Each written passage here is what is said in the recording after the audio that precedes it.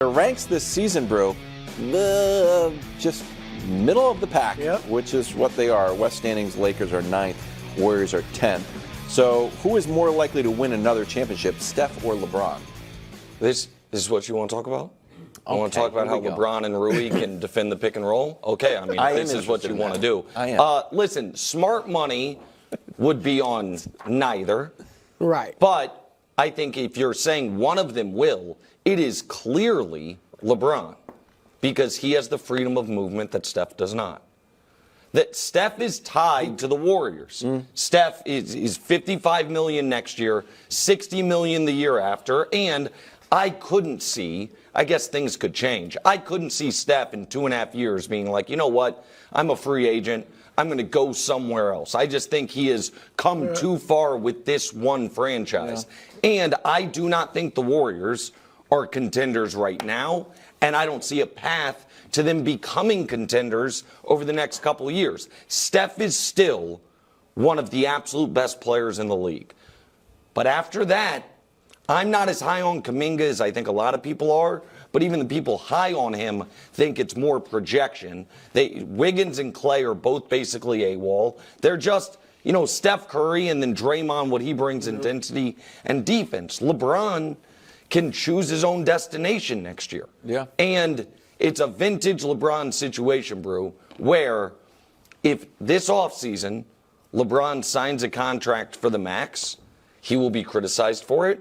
And if LeBron this offseason signs a contract for the league minimum, he'll be criticized for it. If he takes all the money, be like, how important is winning? To win. And if he takes a veteran minimum to go somewhere, basically cheating, guys, if we're being honest. Easy not allowed. Yeah. But I think there are 4 teams in the East that LeBron could sign with this offseason that he feels a need and would make them instant A-list contenders. In Philly, the Knicks, the Heat, and the Cavs. And all of them make sense. Philly maybe the least sense, but they also have the best players. It makes sense basketball-wise. Basketball-wise, a ton. And obviously the Cavs and the Heat, there's some real emotion and history there. So neither with their current teams, but LeBron can leave his team and Steph can't. So my answer is LeBron. I agree with what you said. I'll give Steph a little more of a chance than you. I think LeBron has a better chance. But Steph, in 2 years, they could, if they play their cards right, they could have some money in free agency. And I think Steph, even though LeBron, both of them are still playing great, I feel like Steph is a little closer to his prime still than LeBron. Obviously, LeBron's putting up great numbers and playing well. But Steph, it never was about defense. It never was about athleticism. He obviously still is one of the greatest shooters in the league. And, he's playing just about as well as always. If the other guys were playing as well as they used to be, they'd probably be contending. So I think in a couple of years, they might be able to get somebody, if they make the right moves.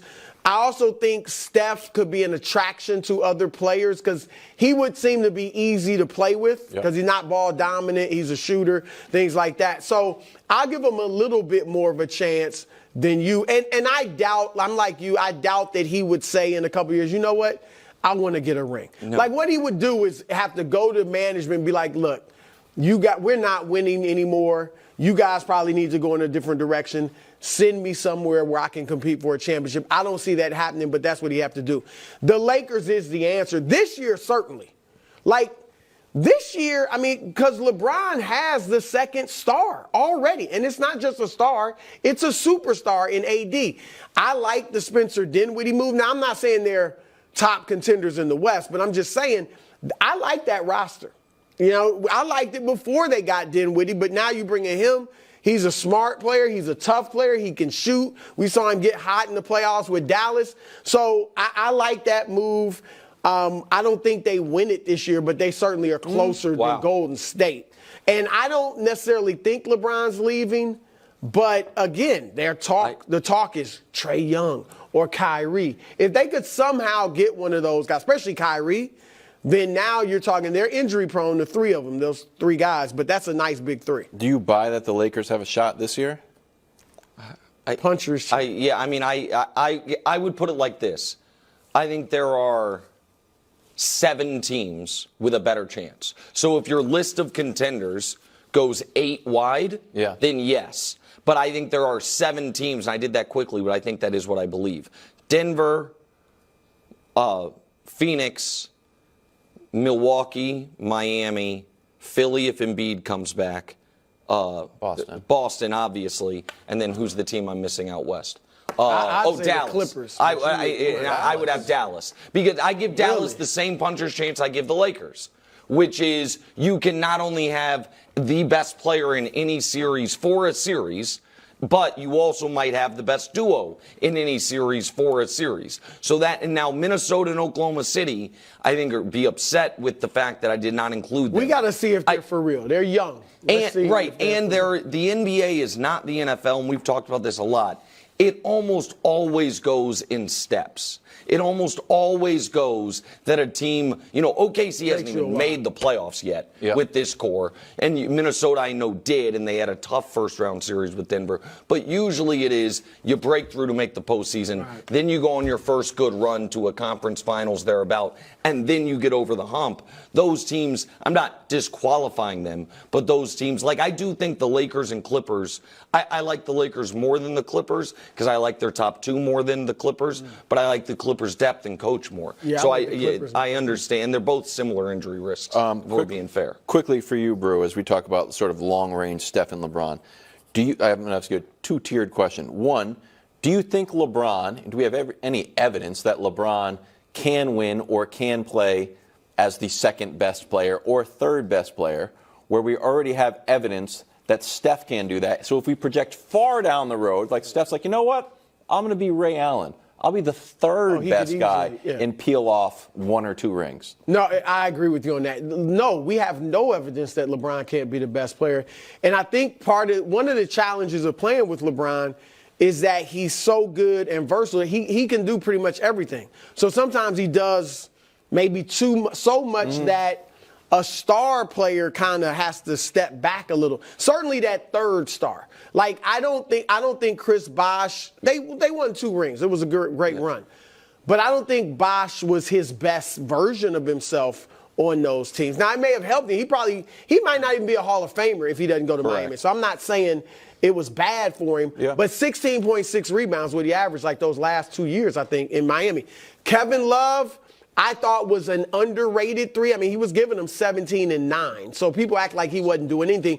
But again, he wasn't the best version of himself. Remember in Minnesota, he was like a top 10 player in people's eyes. So I think that makes it a little tougher to play with LeBron because he does so much of it that you have to step back. Can we expand on this just for a moment? Because I've always thought LeBron's gotten an unfair rep in this regard. I think for everyone on LeBron's team, you're in usually the best position of your career, except for the third best guy. That's a good take. Because I think the second best guys have thrived. Kyrie had the best stretch of his career. I know D. Wade obviously was unbelievable before LeBron, right. But D. Wade thrived with LeBron, and then LeBron helped him when he was struggling with injuries. AD's had the best stretch of his career, and then role players thrive as well. Oh, totally. The problem is. The third best guy. The third option on LeBron teams always become the open man. And so you don't get special possessions or treatment or deference. Gotcha. If you're from me watching it, you're the third best guy. You become a glorified role Exactly player. right. And so for role players, it's good. For the second option, it's good. The thing that you were saying about what LeBron could be, I know you've talked about LeBron, we thought at this point in his career, could he be like the older version of Karl Malone? Play traditional power forward, get on the block. If LeBron ever truly slows down and is still playing, I actually think it's going to be a better version of old Jason Kidd. I think it's him going almost purely to the point, running the show but not scoring a lot. The Kid with the Mavericks, a better version of that. Because I still think he's as good of a passer and floor general as anyone in basketball. And so if that's to me the role he would have I think he could be either one of those. Like, I think part of the challenge for LeBron to figure out is to choose something to do. Yeah. Like if you have AD and let's say they got Kyrie or Trae Young and you wanted LeBron to be kind of that third guy, he could definitely be a great point guard, but but in his mind, even though he's not score first, he's going to give you 20-something, you know, and you might want him to just be more of a passer. Or he could play on the block. He could dominate on the block in today's NBA and play inside and be a big-time scorer and focus on that and rebounding. But, again, he wants to handle the ball and do other things. So I think that's something they should look at. I do feel like if we win a championship, it would be more distinguished and clear. But I understand I'm in that short list for sure. Brew, do you think Tatum can be the best, the face of the league?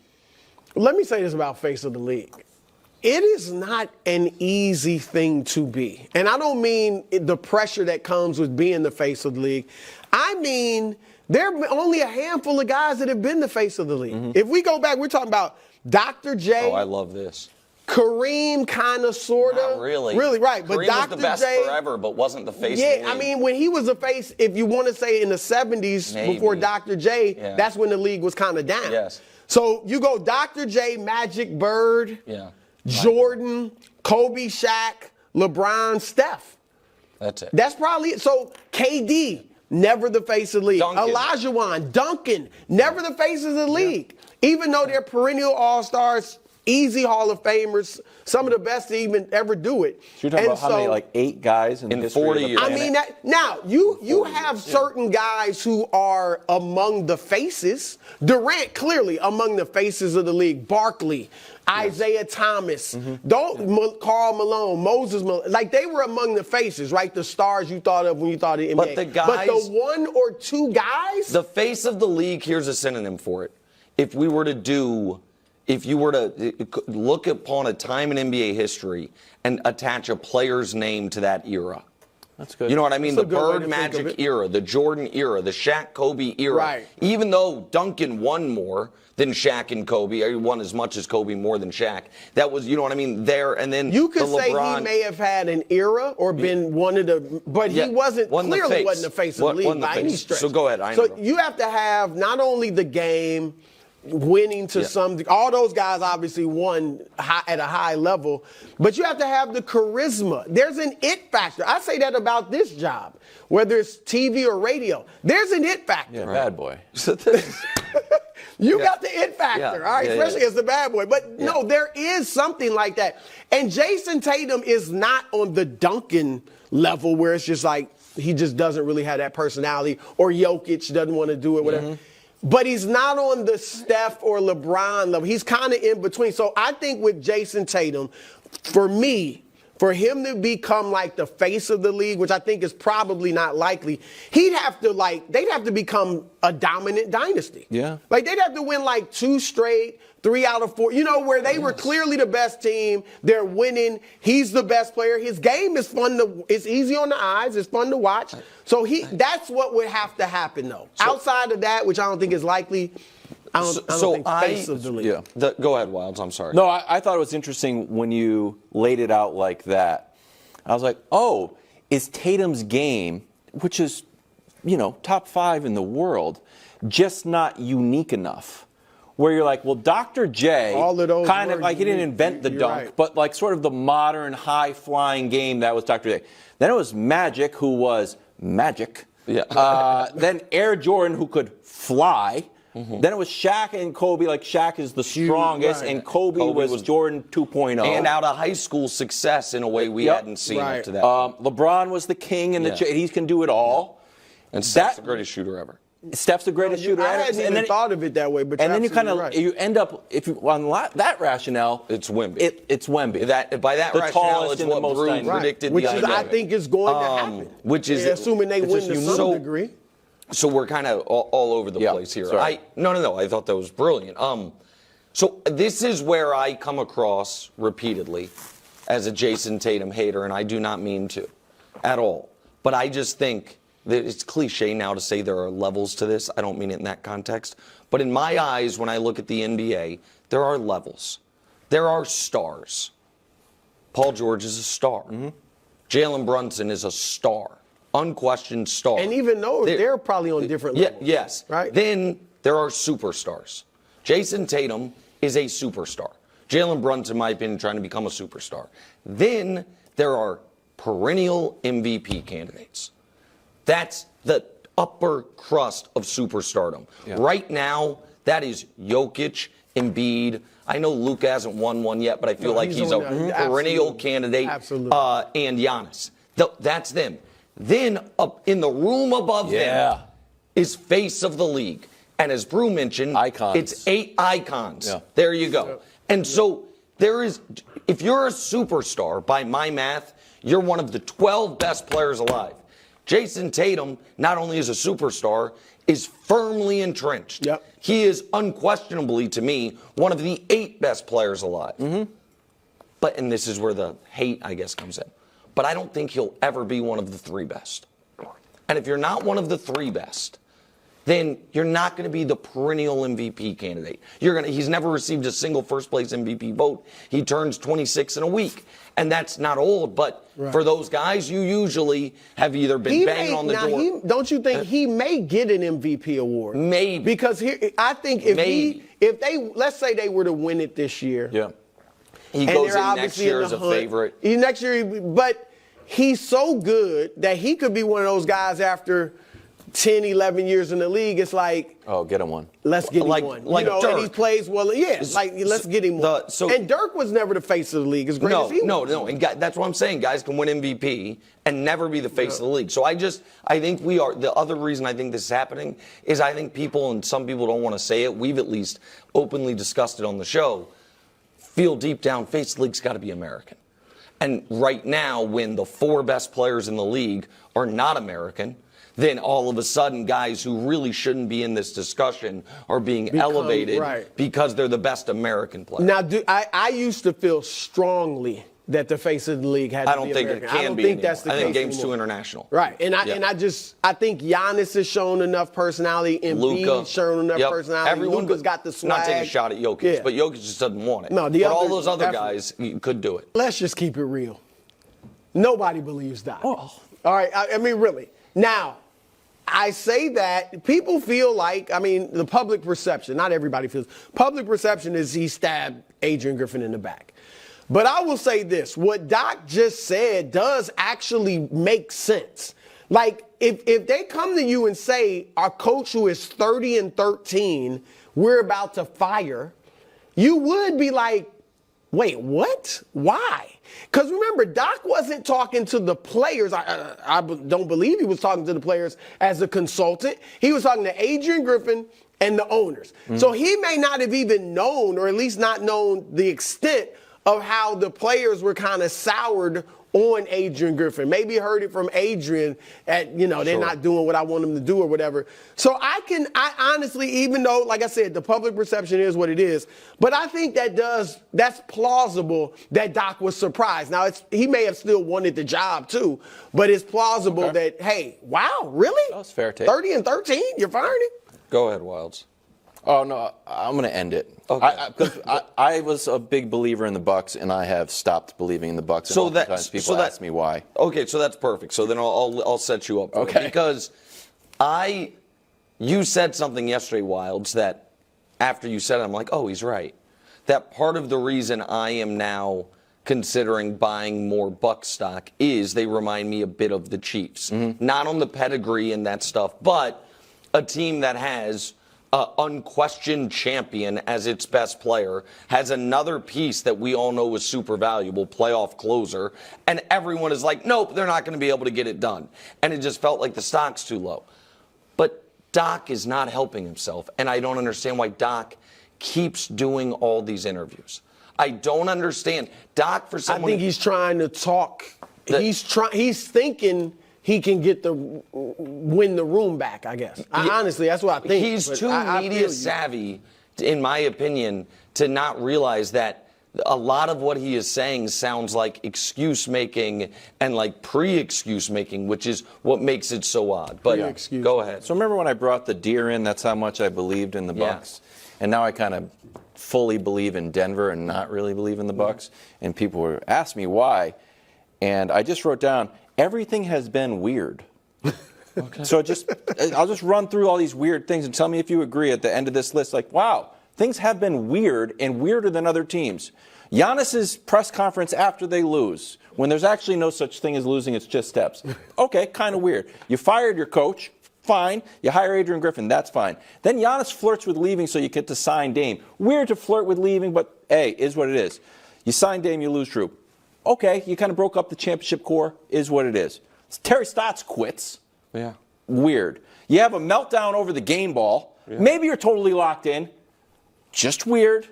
You fire Adrian Griffin, who was, 30 and 13? A little bit weird. Doc's on a weird media tour, and then Dame leaves Giannis off his top 5, puts Bam in when he said he wanted to go to the Heat all offseason. Yeah. I'm just saying, a lot of weirdness.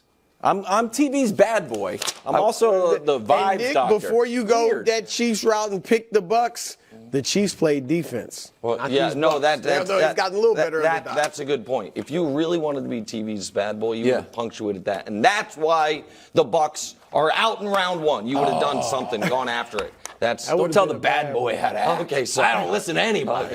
Thanks for watching. Subscribe here to get more from the show and to check out clips from other shows on FS1.